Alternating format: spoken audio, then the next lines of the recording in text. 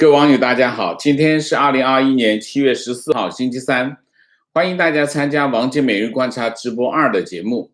我们今天有2个主题，第一个是拜登总统幕僚新书解释美国对华政策，第二个是对于中国欧洲的困惑和认知啊。那今天就没有太多的我觉得值得一说的新闻，我情愿拿时间我们来分析一下美国对华政策的一些背后的一些动机和认识。白宫国家安全委员会中国事务主任叫杜如松啊，这是他的中文名字，英文叫 Rush Dosh 啊，他的新书的名字叫 The Long Game: Chinese Grand Strategy to Displace American Order， 就中文的名字叫长期博弈，中国取代美国的大战略。这本书我觉得我没有看，我刚刚订了，应该明天可以到，我也会看一下。美国之音把这本书的梗概大体上的梳理了出来，我就把它整理一下，跟大家分析分析，我们来聊一下。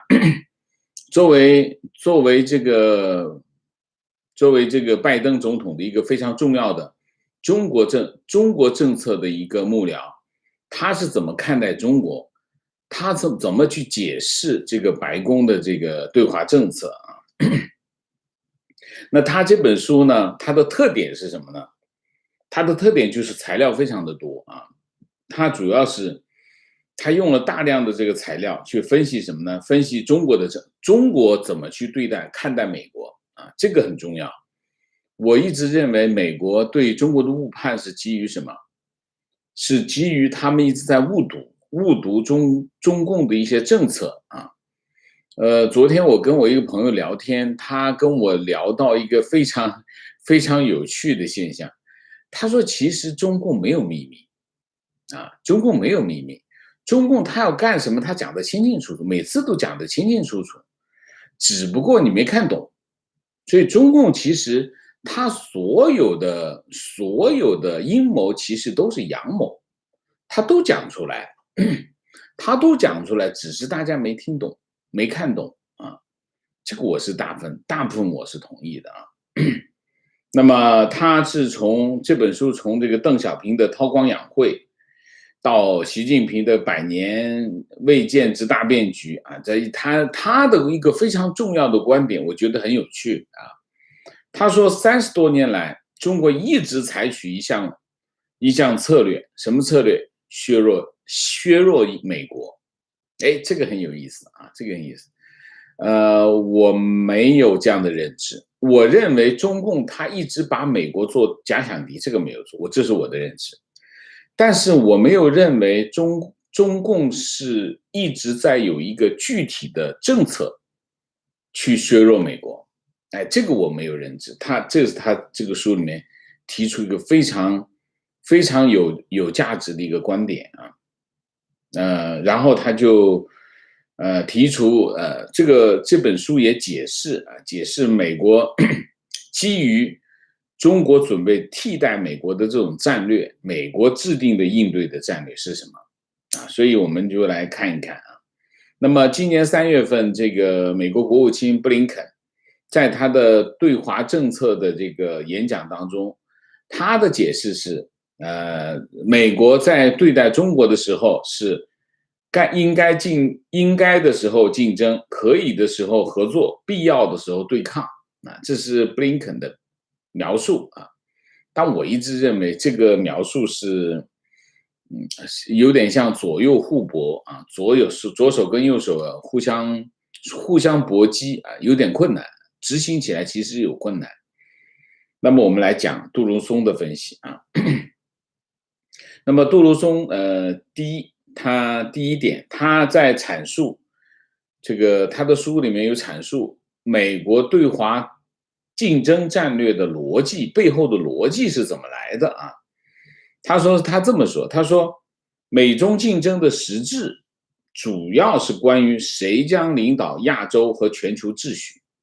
那这美中之间在竞争的是什么？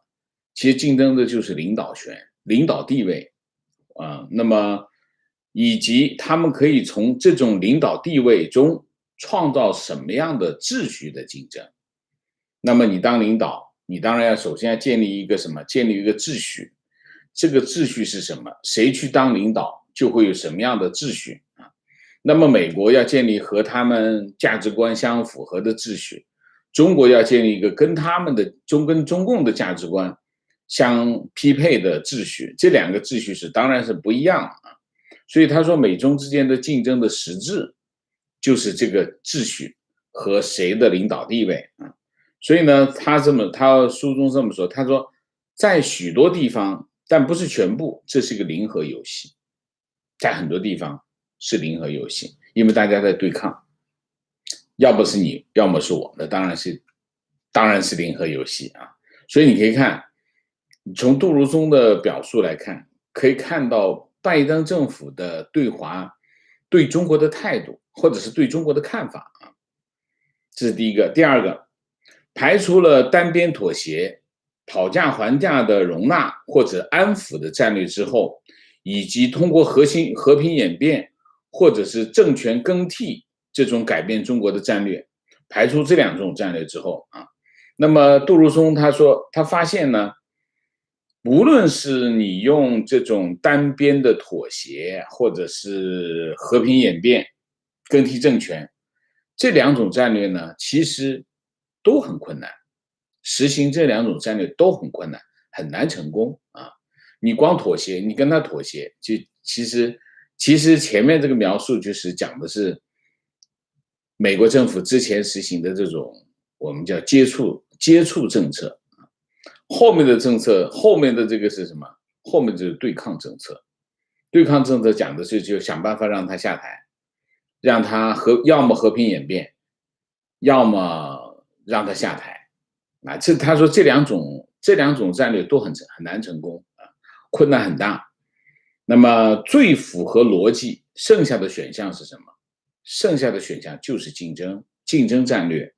所以他这两点是解释美国拜登政府为什么要采取，他把他的对华政策描绘成为一个竞争战略。竞争战略其实是一个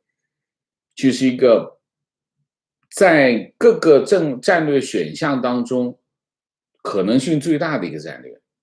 当然它不是个最受欢迎的战略，但是它肯定从杜如松的话来说，它是个比较务实的战略啊。这是第一个，就是竞争战略的背后的逻辑啊。第二个，竞争战略的重点啊。那么第一，美国竞争战略的重点就是削弱中国的实力和中国的秩序。来看一下啊，这个很有意思啊。建立美国的实力和秩序的基础，这种战略意在不对称啊，它是部分取自于中国从1990年到2000年中国自己的大战略。什么意思呢？就是说，中国在1990年到2000年之间，这10年之间，实际上采取的是一种不对称的这种竞争战略啊。那么，美国现在的战略重点就是削弱中国的实力和中国建立的秩序。那么，其实它的战略重点，它的意图是什么？就是一种不对称的战略啊。这是第一个。第二个，美国不能跟中国进行美元对美元、舰船对舰船，或者是贷款对贷款的这种对称竞争。原因是什么？他说原因纯粹是因为相对规模，因为美国的规模跟中国的规模，这种两种规模在某种程度上是势均力敌的啊。这是美国国家利益中心研究员啊，就是美国国家利益中心是一个智库。他说这本书呢，反映出来的战略和背后的心态，其实就是拜登政府所遵循的这种几乎是敌对的，或者是完全竞争的战略。他其实讲这本书反映的这种心态，就是拜登政府的心态，就是充满了敌对，但只不过他用了一个比较没那么扎眼的词汇而已啊，这是第二个。第三个，在军事方面，海湾战争以来，中国寻求发展不对称武器挑战美国昂贵的这个武器项目，美国已经越来越多的借鉴中国的做法，寻求同样的不对称努力，从而使得中国的行动自由变得复杂化。什么意思呢？基本上美国现在的做法就是以子之矛攻子之盾，你之前用不对称来挑战我建立的这种秩序，那我现在呢，好，我也用同样的方法，用这种不对称的方式来削弱你的实力，削弱你建立的这种秩序，这就是美国现在的做法。他说，美国具备发展这种能力的技术熟练程度，而且已经就这种方法的这个粗略框架轮廓达成了共识。什么叫达成了共识？什么意思呢？就是远程精确打击、无人驾驶航母攻击机、无人水下航行器、具有大型导弹有效载荷的潜艇、高速打击武器和地雷都是关键的优先选项。就是它基本上它不建立一个全面对抗的秩序，而是选择一些关键点，做出关键性的突破。军事这个领域，就是说它不会用传统意义上的军事对抗的概念啊。那么在经济上啊，以呼吁对“一带一路”多边化和制度化的方式来挫败中国的政治扭曲。多边化和制度化可以限制北京以低于竞争性的贷款换贷款的成本向其他国家支配条件的能力啊。这个话有点拗口，什么意思呢？就是不用花那么多的资源，就是更多的用什么呢？更多的用这个多边化和制度化的东西。所以为什么你可以看，七国集团峰会之前，有一个外长会议啊。其实那个外长会议呢，他们达成了一个什么共识？就是联合起来，就是七国集团联合起来，建立一个和中国的这种经济胁迫相对应的一种合作机制。就是中国如果对付其中一个成员，那么整个七国集团都进行反制。实际上它就是用一种叫多边化或者是制度化的东西来限制中国在这个领域的灵活性。为什么？因为它是独裁政权，它相当灵活，它今天想做这些事情马上就可以去做。西方国家不是，西方国家它有既定的模式，它想做一些事情，它没那么方便，没那么容易，它需要付出的成本或者付出的这种代价更大。那怎么办呢？美国的想法就是我用多边化，就是跟其他盟友合作，制度化的东西来约束你啊。这是经济方面。在政治上他说美国应该加入中国主导的多边组织啊，塑造有的时候阻碍它的发展啊。你不是说你这不能光让你来捣我的乱，我也去捣你的乱啊。他说中国曾经以一个单一席位啊，在谈判桌上挑战美国以昂贵的代价在亚太经合组织和东盟地区论坛订立规则的努力。他就一个席位，他说反对，你就基本上这件事情搞不成。他说如果是这样的，华盛顿也应该这样，就是加入其中，然后呢以更低的成本拖延他们。这就叫不对称，其实这就是不对称啊。他不是说我拉一堆的选票来和你的这个投票，通过这个投票进行对抗，他不这样。他我费那么大的劲，不费那么大的劲，我就一票，只要是多边组织，他必须全部通过，我就一票反对，你这事就搞不定。你辛辛苦苦扒拉了三四十个国家，付出巨大的代价想达成某样东西，我就不让你达成，这就是不对称啊。第六，在亚洲，这些努力应该集中于中国利用来设立经济和安全准则的亚洲基础设施投资银行和亚洲相互协作与信任措施会议啊 （CICA） 啊，他就说意思就是这个意思。他说用不对称的方式，不对称的方式的好处是什么？好处都是很简单，非常灵活，灵活，代价小，而且效果很明显啊，就是这种，这是第二个，就是美国的竞争战略的重点。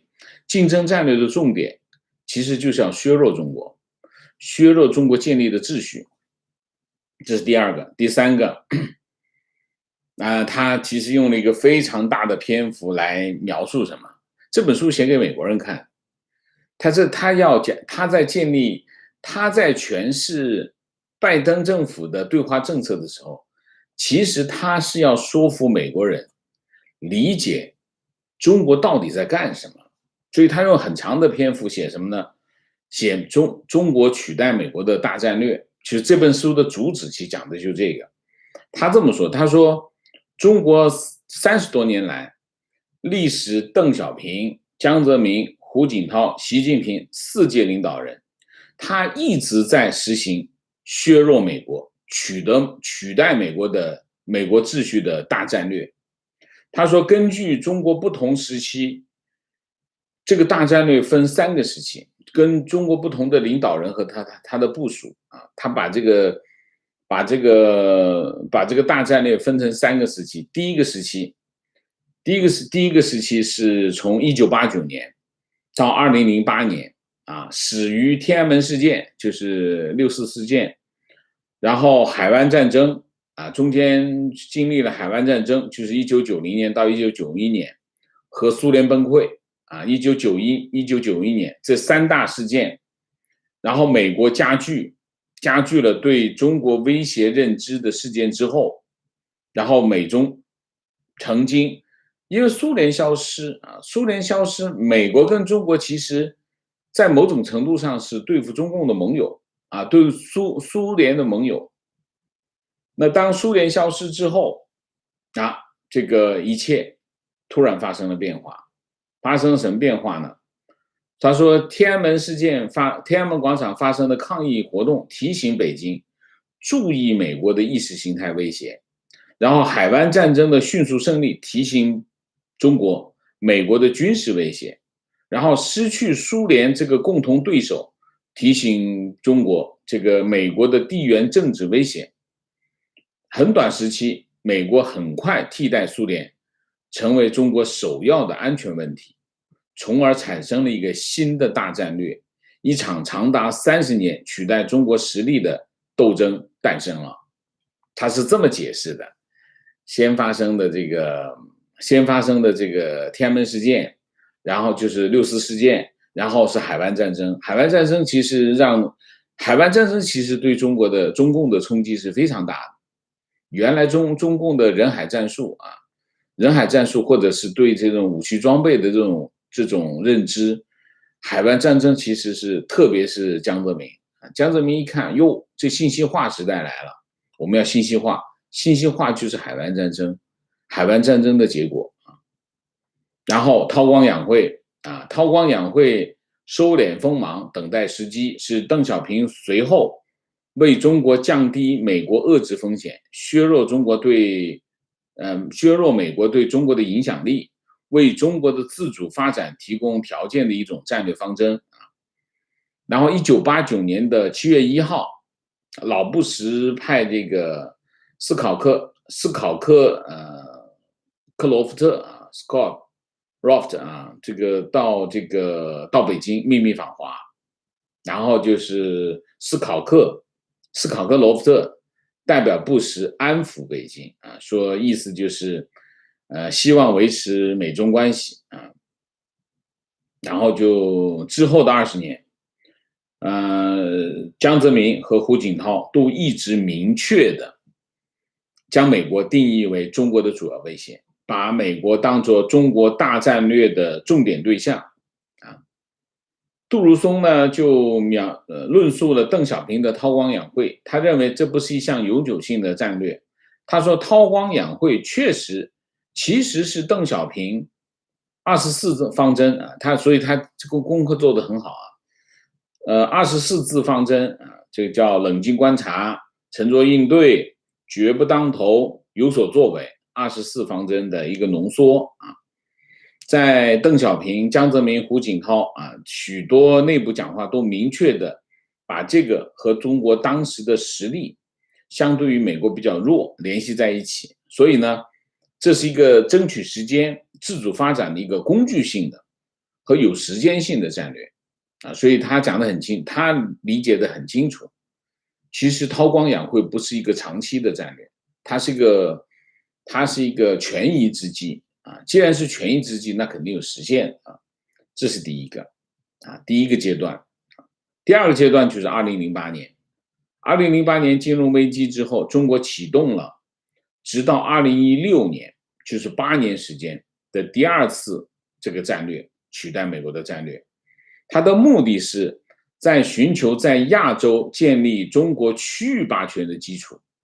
这场危机让北京视美国的势力在减弱，使得中国更大胆的推行有信心的政策。然后对邓小平有所作为做出修改的第一个人是谁？胡锦涛。胡锦涛在2009年第一次对外交人员的讲话当中，胡锦涛在邓小平的有所作为前加了一个词汇，叫积极。叫积极有所作为，中国不再只对削弱美国实力感兴趣，而这显示了要在亚洲建立地区秩序的变化那书里面有一段描述很有趣啊。当时是中国的外长杨洁篪在2010年东盟地区论坛上说，他说中国是一个大国，其他都是小国，这是事实。这话把很多人吓着了啊。那么在此之前，希拉里国务卿在论坛中批评中国的南海政策、南海主张，杨洁篪一改平时的这个叫什么非常友善的态度啊，气冲冲的离场了1个小时啊，离开会场啊。他这么说，他说，在这个阶段，中国在军事上从仅仅关注通过海上巨入，强调地雷、导弹、潜艇来削弱美国的力量，转变到什么呢？通过海上控制和两栖能力的建立，强调航空母舰能力更强的水面舰艇、两栖部队、海外设施，以及他曾经忽略过的各种能力当然就是原来是完全是防守型的。现在不是，现在是把手延伸出去。然后在政治上，北京率先推出亚洲基建设施投资银行 AIIB 并且将以前默默无闻的亚洲相互协作与信任措施会议提升到安全领域的制度化程度，希望这两者能够有助于按照他自己的喜好建立区域秩序。那么在经济上，全球金融危机帮助北京摆脱防御性的经济状态，转而推进能够使中国建立自己的胁迫性、自愿性经济能力的经济政策。那么这一努力的核心就是一带一路对邻国强力的使用经济国策，获得更大的财政影响能力。这是第二个阶段。第三个阶段就是2016年。2016年英国脱欧和川普当选之后，在习近平百年未见之大变局的口号之下，中国启动了第3次取代美国的战略那么这次是世界范围内扩大其削弱美国和建立自身的力度取代美国作为世界领袖的地位。那么从中国的角度看，有2件事情令人震惊他说什么呢？第一个，世界上最大的国家正在退出他们帮助建立的国际秩序创造了中国领导人和外交政策精英所谓的历史机遇期，以便将国家的战略重点从亚洲扩大到更广泛的全球及其治理体系。讲的是什么？讲的是川普的美国优先战略。美国优先战略就是美国在全世界退出它的国际秩序。那么这是在这种背景之下，加上2020年新冠病毒的大流行，习近平进行了战略调整，将在争夺全球领导地位的竞争中赶超美国作为他的最终目标。然后呢，在政治上呢，美国在全球治理和国际机构中发挥领导作用，以牺牲自由为代价，推进专政机制专制规范，分裂美国在亚洲和欧洲的联盟。然后在经济上削弱支持美国霸权的金融优势，在美国去工业化的同时，从人工智能到量子计算，抢占第4次工业革命的制高点。在军事上，中国人民解放军将成为一支在世界各地设有军事基地，能够在多数地区甚至新领域捍卫中国利益的世界级的军队。这就是2016年到现在他一直在干的一件事情，就是军事、经济、政治当然有2件事情就很震惊，就是美国自己撤退了。美国辛辛苦苦建立一个国际秩序，然后他开始从里面撤退了。那中国就正好这个非常舒服的进入完全没有任何的抵抗那么陆克文对这本书做了一个评价他这么说陆克文是前澳洲总理，他现在是美国的亚洲协会的主席，真能混这哥们他说了一番话，他说长期博弈呈现了美中关系辩论中最大程度最长期忽视的东西，就是从历史的角度洞察中国列宁主义的体制和战略的本质这讲的还是比较有力的不管是谁，只要他讲的有道理，我们都会告诉大家。然后加州大学圣地亚哥分校21世纪中国中心的主席叫 Susan Sher他这么说，他说中国想要什么？杜如松根据丰富的中国文件和行为证据提出了一个有说服力的案例，即中国的一贯战略一直是取代美国。他说服了我重新审视我对中国的目标是开放和可做的观点那改变一些中国专家的观点，中国问题专家的观点不容易的所以这本书很厉害然后这个哈佛大学教授这个 Ellison 是个蛮有名的这个中国问题的专家他说 Ellison 提出休斯底德陷阱的理论他说一本与中国挑战搏斗的必读之作他说有力地证明了中国正在推行颠覆美国主导的国际秩序的大战略这看来他是同意的。然后是伯明是川普的国家安全副顾问他说这本书用原始资料和清晰的分析揭秘了过去30年北京的大战略一厢情愿的思想家将无法对这本出色的著作核心提出任何可信的反驳好，这是第4个，这本书的第4部分怎么看待美国他把谁拎出来？他把这个基辛格拎出来这是他结论部分杜如松说目前美国是近代历史上第5次衰退主义的浪潮第5次。他说美国呢有5次衰退主义的浪潮。那么他把这件事情呢，把谁拎出来？把这个基辛格。他说基辛格就是看衰美国的悲观主义者。什么意思呢？他讲了一个故事，他讲1970年美国海军上将跟这个基辛格坐火车去另外一个城市看球赛看这个橄榄球赛，然后他们就在车下面聊天，因为他们一起去啊。然后当时他就说，基辛格就跟他说啊，跟这个海军上将说，他说美国像其他的早期文明一样啊，已经超越了自己的历史的高点啊，过了高点呢就是往下走，意思就是美国开始走下坡路。他说美国缺乏耐力去对抗俄罗斯人。那么鉴于这种趋势，基辛格说，他说我的工作就是说服俄罗斯人给我们最好的交易，做最好的交易。那么因为认识到历史的力量有利于他们，这其实反映了什么？反映了基辛格对美苏之间对抗最终的结果，他觉得美国可能会输掉，因为美国的高点已经过去了。这些基辛格就非常反映的是这个。他说，杜鲁松说，50年前悲观主义情绪就在美国已经出现啊。那么美国历史上呢，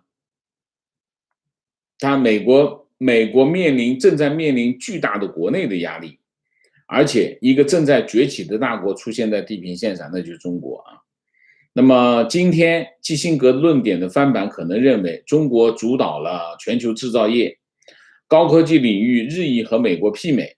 从购买力看，拥有比美国更大的经济，有一支世界上最大的海军，并且比多数国家更好的处理了疫情，成为2020年唯一避免衰退的大国。相比之下，美国陷于毫无希望的分裂和僵局，治理体制不断恶化。这就是悲观主义者的看法。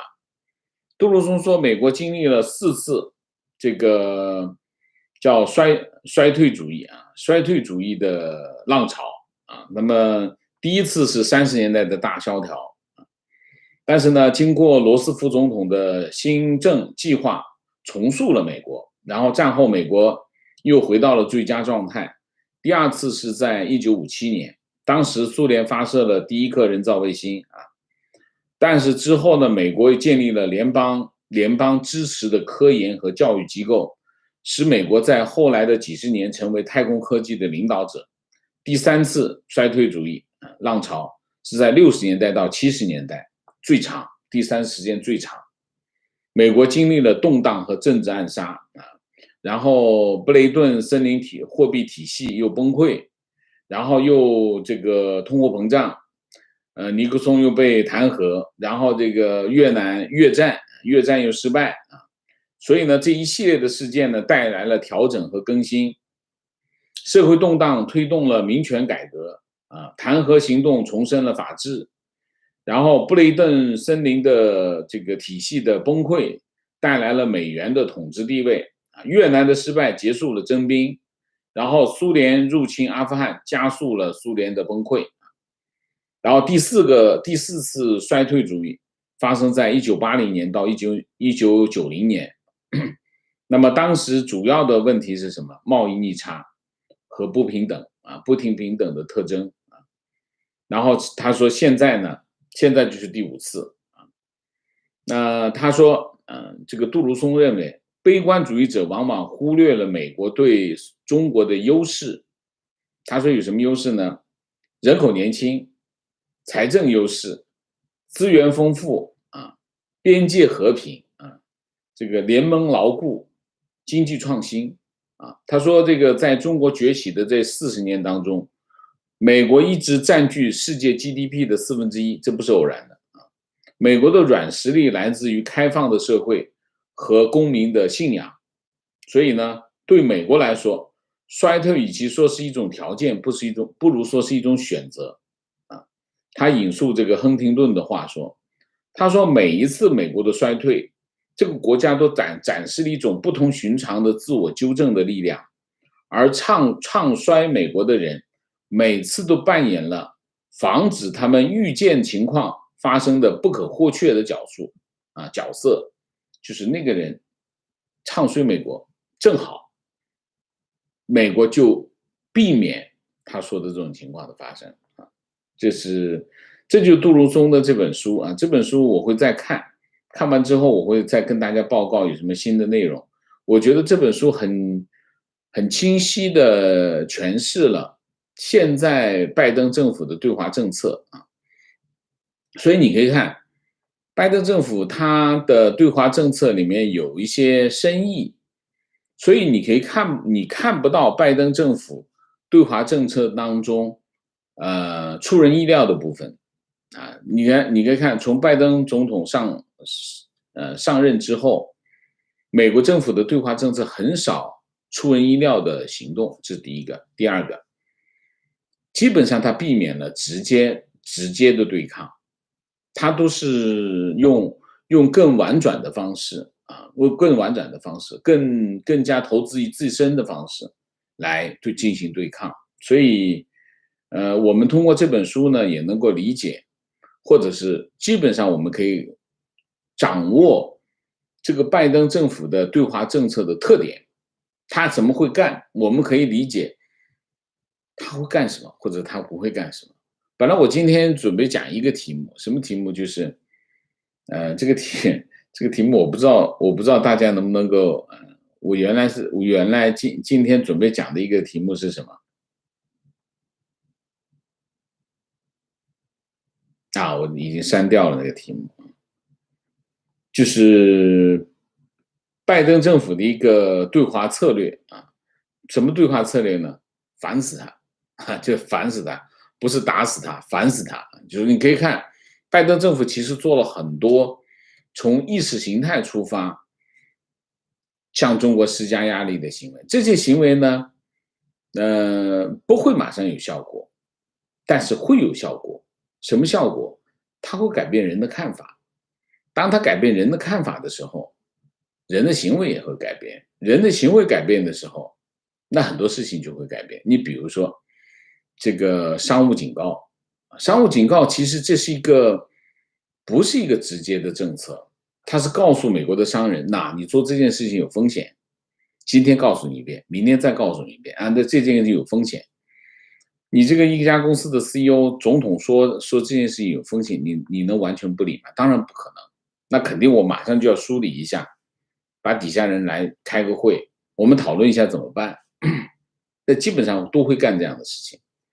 所以，当你不断的把这件事情变成一个认知的时候，你在很多事情上就会改变。你慢慢的，你就在考虑怎么样把你的供应链从中国撤出来，放到其他地方去。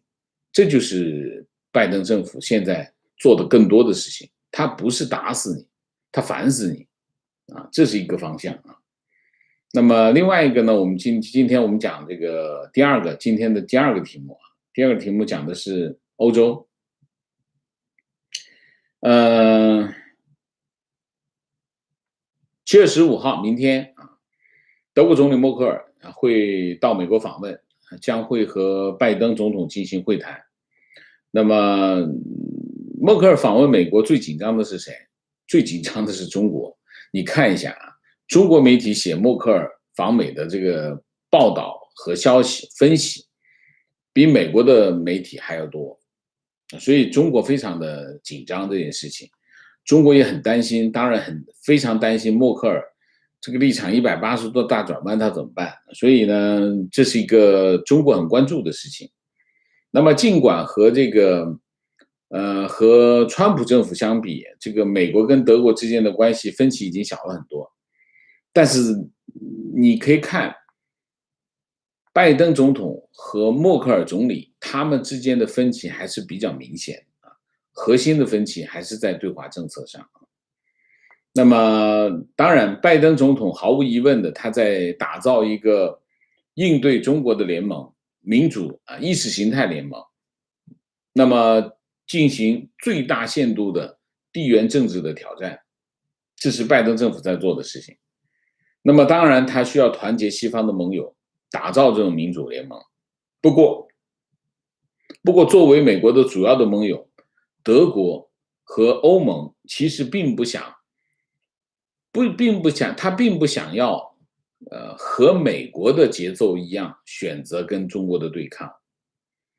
德国也好，欧洲也好，其实他们很明白啊，中国不是他们的盟友，中国是他们的挑战。但是他们不一定愿意配合美国，按照美国的节奏和中国翻脸啊。所以所以双方之间是有分歧的啊，有分歧的。你比如说在 G7 峰会啊，G7 峰会，七国集团峰会上，默克尔就明确的说，他说中国在很多方面都是对手，但是在很多问题上，中国又是合作伙伴。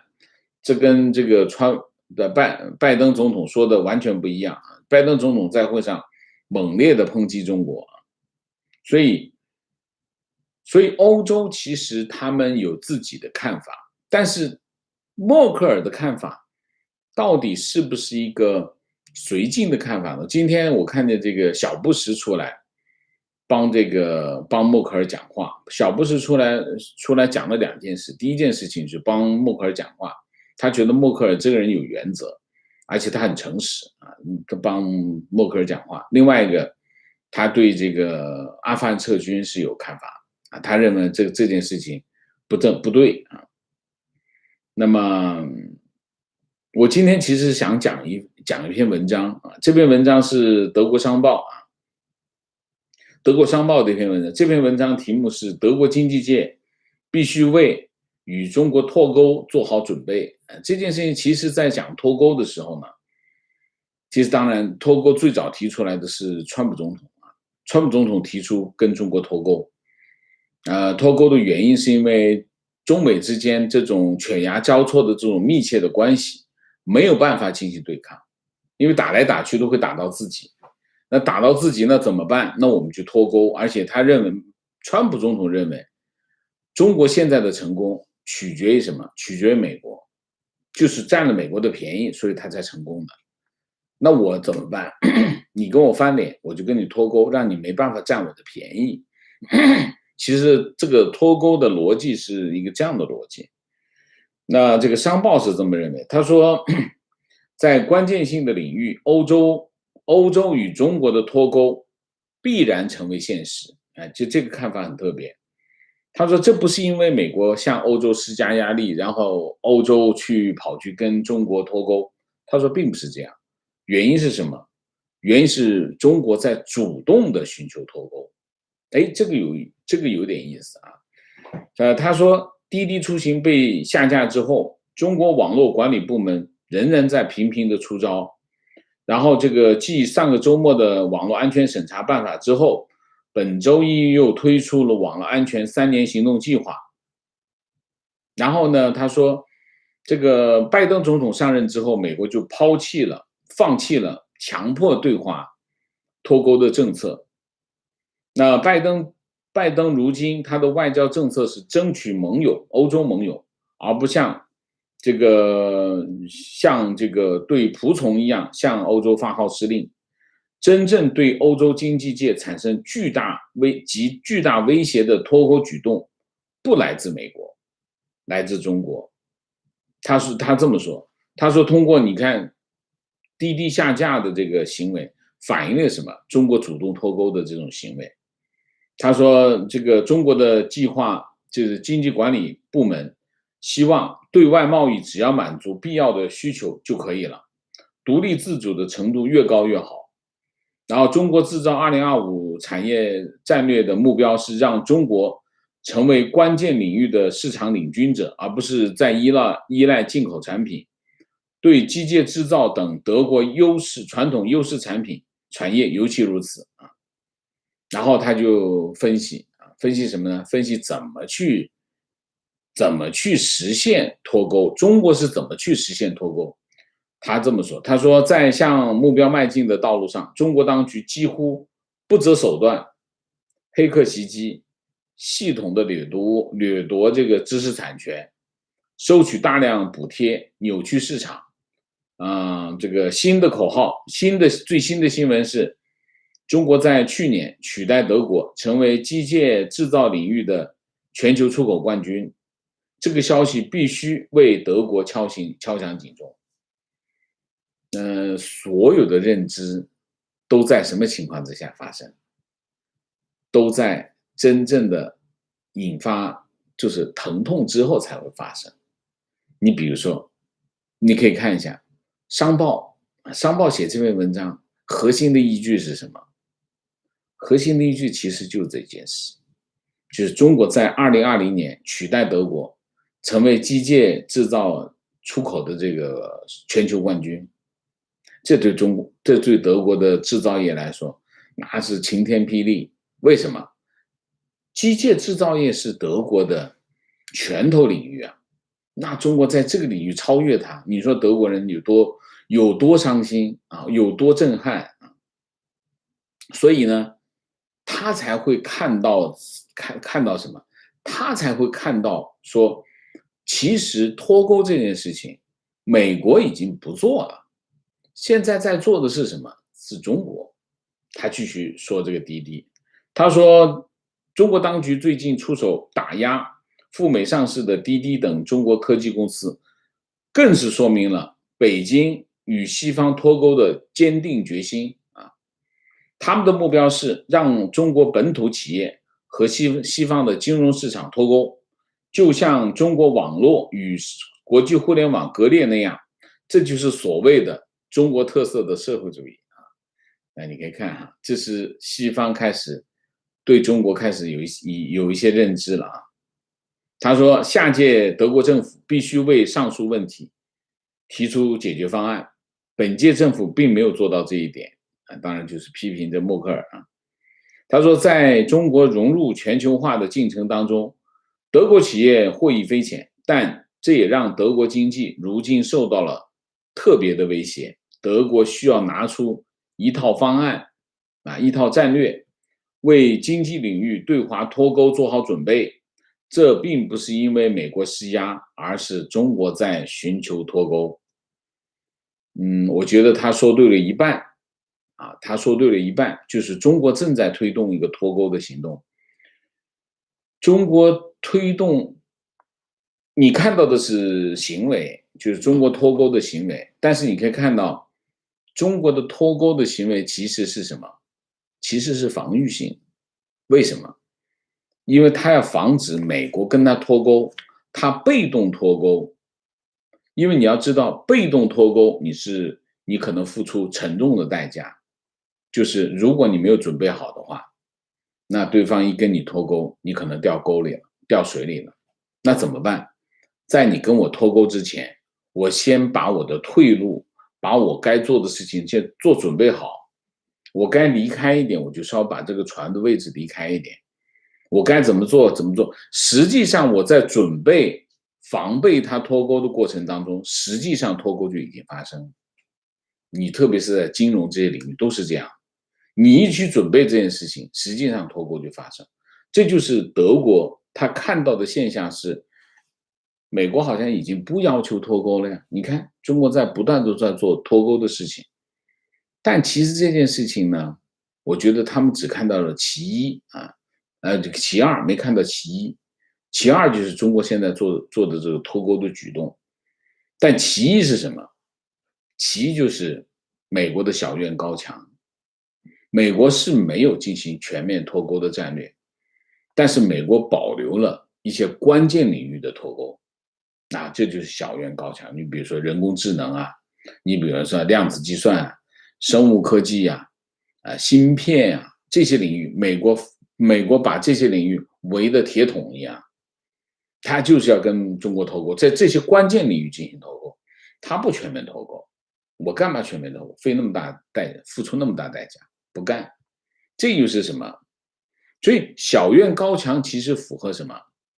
符合刚才杜鲁松的那个叫非对称，就是不对称的这种对抗。不对称的对抗就是我在关键的领域、关键的点上进行对抗，进行脱钩，那你付出代价就非常的大。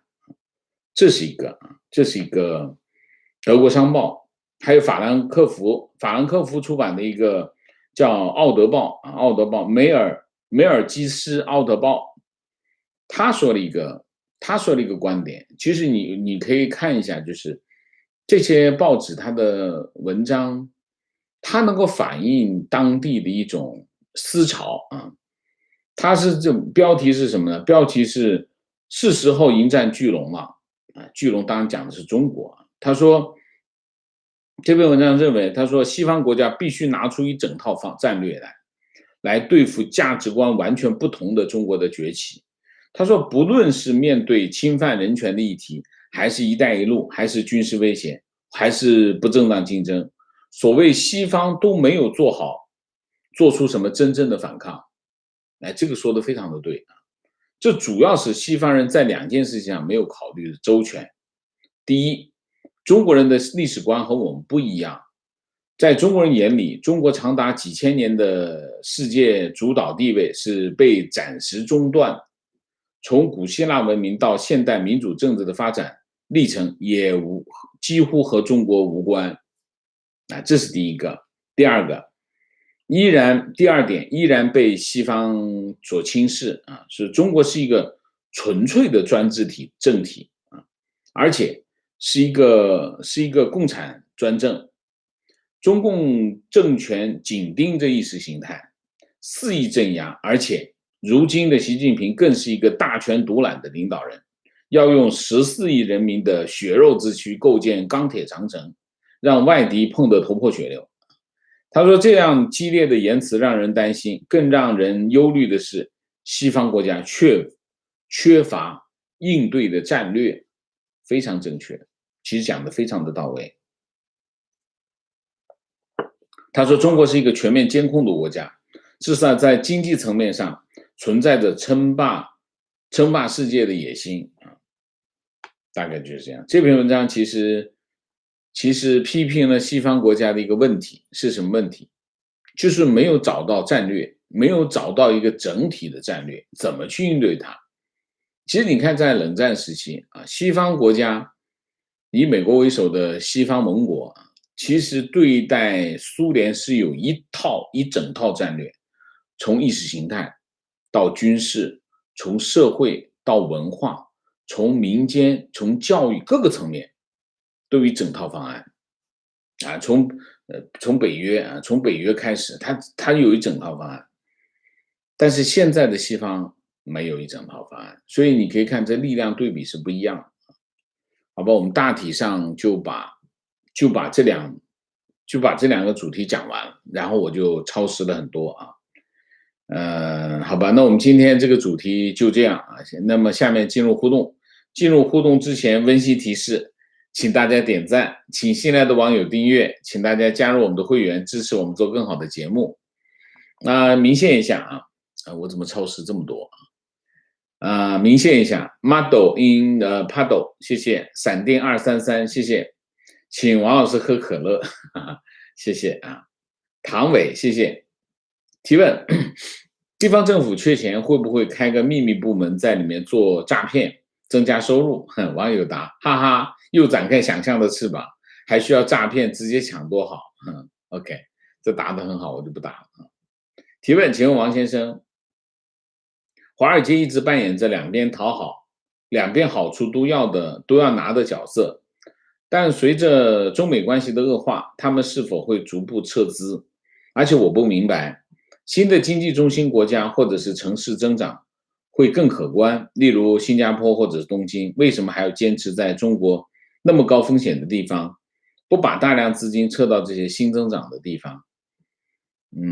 东京的增长很高吗？我不知道你说的这个情况。新加坡的增长很高吗？新加坡的增长没那么高，中国的增长还是比较高的。但是中国的增长的问题是在哪里呢？对华尔街来说，最大的吸引力是什么？并不是说他们获得的是仅仅是跟他讲一个巨大市场的问题，不是这个问题。对华尔街来说，中国意味着什么？以华尔街这些金融机构的实力和能力还有水平来说，他要跑到中国市场上去，中国那些金融机构都不是个儿，都是一群羊群，他们是一群饿狼。所以中国市场为什么对他有？你要知道华尔街金融机构的特征是什么？华尔街的金融机构的特征就是嗜血，他挣的钱，我挣10块钱，你得赔100块钱，这是华尔街干的事情。所以但大家要知道，华尔街金融机构的本质就是嗜血，他要挣10块钱，你得赔100块钱，基本上是这样。所以你想一下，中国市场对它意味着什么？那一群群的羊啊，那都是。那这些嗜血的狼对这个市场多么哈喇子流一地啊！所以这个大家不理解啊，你们可以去看一下，研究华尔街的这些著作啊，看看啊。所以他们对中国市场的这种，他跑到东京去也好，他跑到新加坡去也好，那些新加坡特别像新加坡这种金融业那么发达，华尔街跑到那儿去不一定能够占多大便宜啊，所以不一样，情况不一样啊。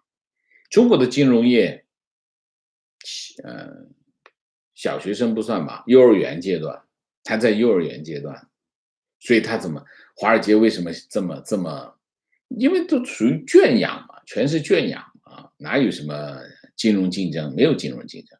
那你真的让华尔街进去那得了？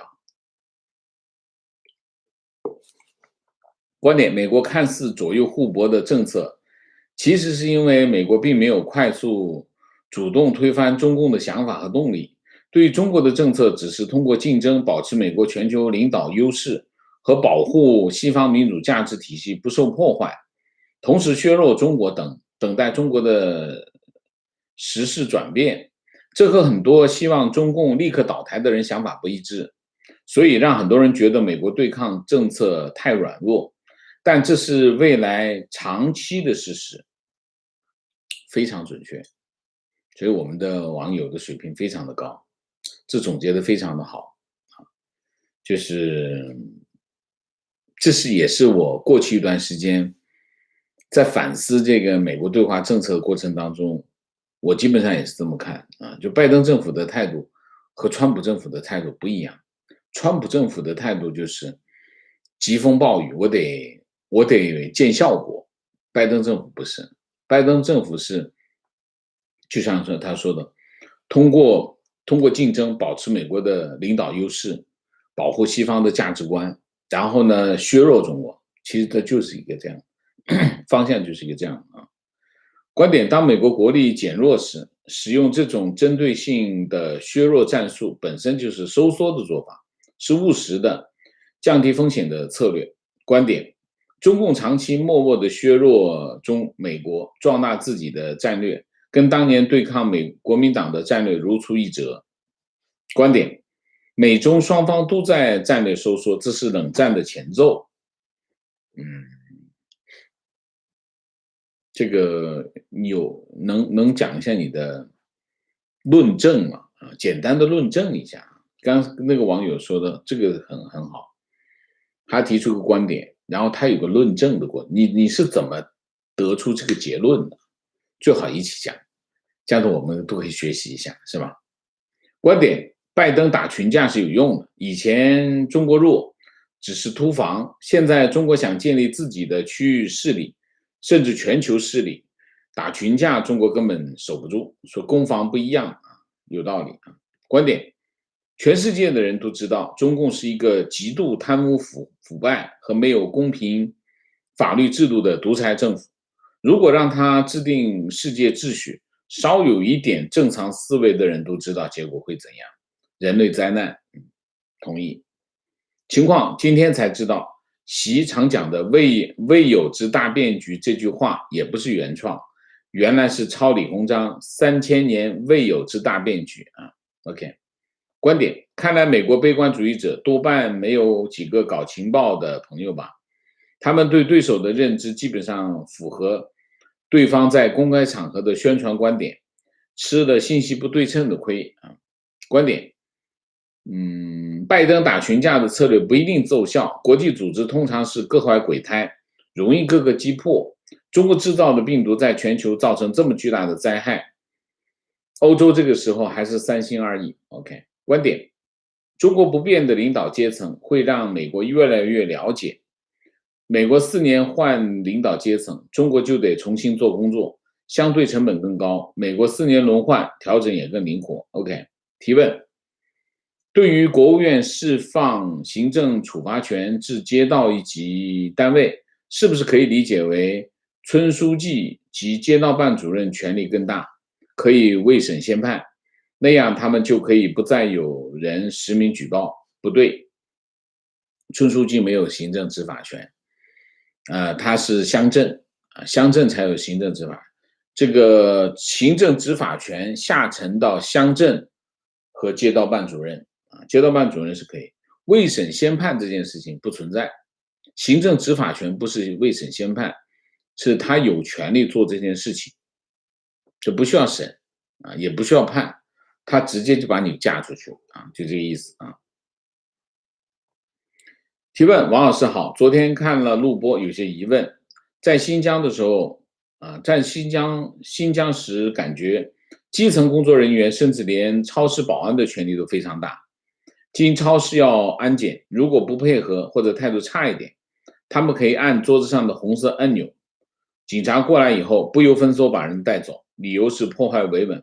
我也遇到过很多起因为和保安有轻微的语言冲突被带走的人，还有人因为在街道乱停车说话声音大了被带走。这次权力下放，新疆发生的会不会慢慢的在全国发生？和保安有个按钮一吵架就按按钮就把你带走。不配合，理论上来说态度差一点就把人抓走，这个不合理。理论上来说把人带走只有一个情况会发生，什么情况？发生了冲突所以你这个表述呢不清晰你表述的清晰一点，就是如果双方发生了冲突，那么他就按按钮，然后警察就来把人带走，这个可能会发生。但是如果大家声音大一点，就按一按钮把人带走，我觉得那警察忙不过来。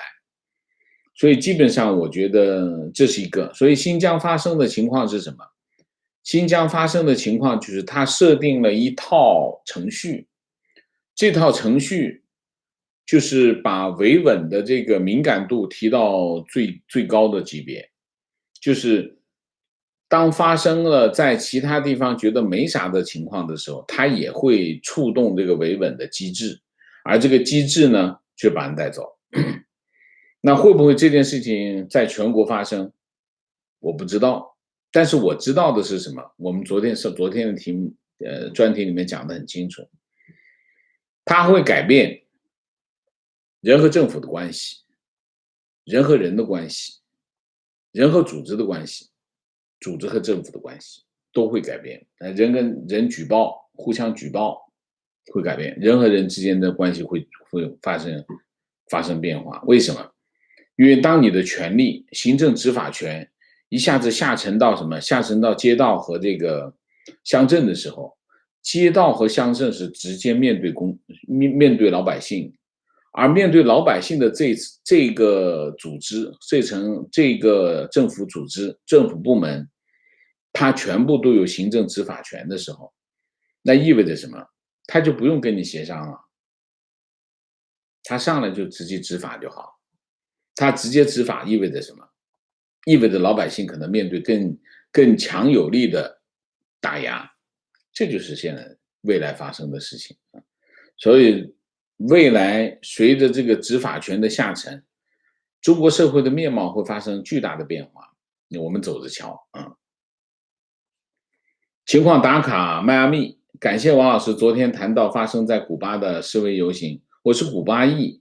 虽然没有亲自经历过古巴共产党的镇压，但父母从小不断地告诉我们，共产党怎么破坏的人权。每当听到老师提及文革、6·4等事件，都会联想到父母给我讲的故事，很相似。希望各位可以继续替古巴人民发声，继续关注发生在古巴的事情。政府已经断网了，许多人开始被警方消失，包括小孩。天灭共党。香港加油，古巴加油 ，OK， 古巴加油那我们也多关注古巴发生的事情。不过呢，现在的情况是什么？现在网上有很多的假新闻。我今天看这个假新闻，我一看到场面，好家伙，这么大的场面，就是其实是个游行的场面，但是呢，游行看不清楚，因为那很高拍下来的照片。我说这么大的场面，然后这个说明是怎么古巴人怎么抗议。我当时是我当时很意外，我没想到这个古巴这个城市规模这么大。我当时说啊，这不得了，这个古巴发展也很快啊。结果没半个小时之后，有人在说，这不是发生在古巴，这是阿根廷在庆祝这球赛胜利呢。所以大家小心一点，我们在网上要多留个心眼儿，我赶紧取消了转发。情况，美军公务机啊，美国今早由冲绳起飞，降落台北松山机场。OK，公务机就是有官员到访。情况，贪腐违纪，现在抓人规模又变大了，看守都不够用，开始从公检法增加调人，有一个总监控，每层都有一个监控。以前每个屋子站一个人，要盯着被关押的人，看守非常严格，上班不能带任何东西，也不能聊天。比被关押的还痛苦。看守人员15到30天一轮岗，即便是这样，看守还会做噩梦，梦到电影里面那些恐怖的监狱。他们判断这个事情是一时的，但目前来看，要抓更多的人，倒查20年。你讲的是这是发生在哪里？发生在内蒙吗？倒查20年。看守不够用，从公检法调人啊，有总监控，每层都有监控。OK， 这网友提供的情况应该是内蒙啊。情况，北京的朋友说，现在北京奔驰可能已经停产了，之前说是因为要求在工厂设立工会和党支部，而且党支部要求参与管理，德国管理层不满，可能要撤资。我印象这个事情是因为汽车芯片，所以才会停产。我不知道这件事情到底是不是这件事情之前有说过，这位网友说的这个情况之前有说过，但是后来澄清是因为芯片的问题啊。情况，现在大陆开始强制打疫苗，不打疫苗很多地方开始限行，不打疫苗哪里都去不了。这件事情我这2天一直在想，为什么中国地方呢？现在有个不同的地方啊，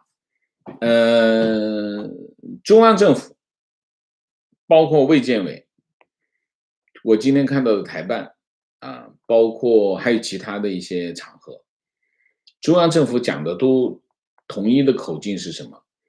中国没有强制打疫苗，而且中国不会强制打疫苗啊，这对外讲的也好，怎么样发言也好，包括卫健委都讲不会强制打，鼓励大家去打疫苗。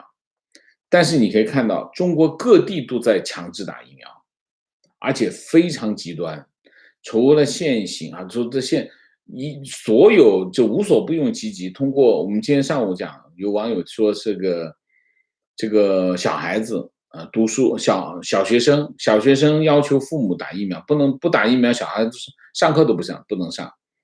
所以你看，地方政府无所不用其极的推动打疫苗，他为什么这么积极呢？那肯定不是中央政府布置的任务，中央政府布置任务没见过地方政府这么积极的，那说明什么？说明中间有利益啊，利益在哪里？我想了很久，我现在明白2点。第一点，疫苗的钱谁掏？打疫苗的钱其实老百姓自己掏，医保掏，医疗保险掏。医疗保险掏意味着什么？意味着打的越多，地方政府挣的钱越多。那中间应该有什么呢？中间是地方政府和疫苗供应商，还有医保，这三者之间是一个合作关系。医保从里面把钱划出来，政府呢通过打这个钱，打疫苗这件事情呢，一方面有政绩上的考核啊，我们这里打得快，打得多，那给中央政府一个交代。另外一方面，肯定疫苗供应商在中间有个竞争关系，因为中国的疫苗有几个厂商，那这种竞争关系，只要这个地方政府打得越快，对疫苗供应商来说，我能拿钱的更多。所以在这个问题上，我觉得现在打疫苗只有一个动力，就是利益，地方政府才会这么积极。地方政府现在没有钱，没有钱正好挣点钱。当然，我认为个人也有利益在里头，个人也有利益，地方政府也有利益，然后疫苗供应商有利益，然后拿的钱是谁的钱？老百姓的钱，正好这件事情就这么回事啊。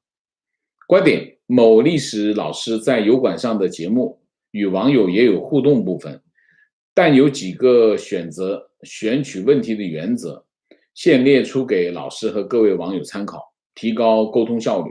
一、假设性问题不答，历史不能假设；二、古人怎么想的问题不答，无从考证；三、直接能够 Google 的问题不答。谢谢你的总结。我们的节目其实也差不多是这样啊，就是说假设性的问题不答啊。那么我现在讲的也重申一下，假设性的问题不答，可以谷歌的问题不答，我之前也说过。然后经常会有人问我这个想法那个想法，我也是差不多是这样，就是你让我去猜测别人的想法的这个问题也是。所以这个网友给我们提供了一个非常好的参考，我们也应该是这样。第一个，假设性的问题不要提，我也不答。第二个，其他人怎么想的这个问题也不要问我，我真的答不了。第三个，可以直接 Google 的问题也不答，但也不要提，尽量的不要提，因为我们提高这个沟通效率非常有价值啊。提问：小时候教育认为西方国家个人主义盛行，他们没有家庭观念和爱国理念。等看到了韩国和日本战死美军的名单后，才觉得他们是真正的国际主义和爱国主义，因为他们参与了对自己没有直接威胁的战争和付出了生命。现在国内表面爱国小粉红一堆，真的面对危险和对抗，国内真的准备好了吗？家庭观念，中国人没有家庭观念。家庭观念你去看一下美国，美国的家庭观念比中国人那不知道强100倍、10000倍可能都有。中国人是没有家庭观念，中国人的观念是什么？家族观念啊，我姓王，王姓是一个家族啊，他有血缘关系的啊。中国人是有这个观念，但是家庭观念没有啊。中国人讲什么？中国男人讲妻子如衣服啊，妻子都如衣服，你还什么家庭观念？所以中国的传统价值观里面，家庭观念是非常薄弱的。所以西方国家没有家庭观念，那是不了解西方。所以美国家庭观念是非常强的，美国的家庭观念是排第一的价值观啊，这是第一个。第二个，爱国理念，你见过中国人挂国旗吗？反正我没见过。我见过美国的国庆自己自动自觉在自己房子前面挂国旗，所以你说谁爱国？对吧？小粉红，怎么说呢？当然他不了解也正常，他在监狱里他怎么能了解？了解不了。但是的确你要讲对国家的认同，对国家的支持啊。我参加过一次，我前一阵子吧，我去看过一个棒球赛，我女儿来打棒球，然后我的朋友就请我们全家去看棒球比赛，当地的一个棒球队和一个外来的队打比赛。这个比赛开始之前，全体起立唱国歌，唱国歌。那我真的非常感动，因为在那现场我非常感动，我哭了，为什么？我非常伤心，我很想像他们那样唱我的国歌，像他们那样能够没有限制的爱我自己的祖国，但是我做不到，所以我当时非常伤心，因为我看见他们那么爱他们的祖国，那么爱他们的国家，而且那个国家值得他们这么样去爱它，这是非常感动，但是我也非常的伤心这就是我看到的事情当然你在美国的各个场合，你在商店里你在饭馆里看见一个军人进来，大家都会非常尊重他。军人是什么？军人就是国家的象征啊。嗯，补充不是内蒙，现在各个地区交换的官人哪里都有。OK，情况刚才网友说的是真实的，在新疆的态度不好，或者声音大一点，或者抱怨几句都会被带走。本人就差点被带走，我只是抱怨了一下。OK，明白了。提问：英国只用了2万军队打赢鸦片战争，甚至几乎让大清亡国。朝鲜、越南、阿富汗，美国都没有取得完全的胜利，取得完全胜利的只有伊拉克战争。美国是否只是经济帝国、政治帝国，而不是军事帝国？能不能这么看？胡扯！我都说过，美国的军事实力非常的强大就全世界的国家组成一个军队，打不过美军。美国只有世界排名第2的军队还是美军，所以美国肯定是个军事强国，不是帝国，是强国。经济帝国，你知道什么叫帝国吗？提问：中国现在需要进口大量的粮食，对外储缩水，经济脱钩，接下来会不会发生粮食不足？粮食问题很复杂。粮食是这样，中国用一个数字来解释中国的粮食是安全的，就是粮食的产量。但是中国自己的粮食产量是算出来的，它不是说每收成一片，然后就是称一下，然后最后加在一起，不是这样。中国的粮食产量是自己算出来。我昨天看到的统计局又说，今年夏粮丰收之类的这种年年都在讲的这种故事。但是实际上是什么？没有人知道。中国到底产量是多少？不知道。但是毫无疑问，中国用现在所谓的粮食产量是没办法解释中国的进口粮食的。原因在哪里？原因是中国自己老百姓吃的粮食，我们吃的口粮，大量的要进口，而中国种了一堆的粮食是中国人自己不爱吃的粮食，这就是目前中国的情况。所以中国现在所谓的粮食安全是以什么为前提？就是大家都不管，大家没有的选择自己打开粮仓舀一碗，你给你什么你就吃什么，以这个为前提，粮食是够的。但是不是以这个为前提的话，中国粮食是不够的。观点加情况：国产分装的复必泰 BNT 疫苗已经进入最后审批阶段，很快会以加强针的形式推广。说明卫健委也清楚知道灭活疫苗的低有效性，以及 mRNA 疫苗的高有效性，但是政治正确和利益关系不能承认中国灭活疫苗的无效，所以只能说以加强针的形式推广 BNT， 既能挣钱又能做民生，还有防护性，永远还是伟大光荣正确。那如果他看一下我们的节目就知道什么意思情况关于家庭观，王老师说的非常对，美国人都是家庭第一，最起码我周边的 family always comes first 跟中国比起来，美国的爸爸在教育和照顾孩子方面的投入，比中国爸爸要尽责不知道多少倍，这是事实这是事实。情况，我丈夫家里有很多美国军人，身体素质、头脑俱佳，爱国又勇敢，如果真打起仗来，结果不难想象情况，美国真的是很爱国，很爱挂国旗，一有节日就纷纷挂出来。好，明谢 Linda 丁，谢谢刘燕，谢谢。好，我们今天的节目就到这里，感谢大家的参与，我们下个节目再见。再见之前，请大家点赞，请新来的网友订阅，请大家加入我们的会员，支持我们做更好的节目，做更好的自己。谢谢大家，谢谢。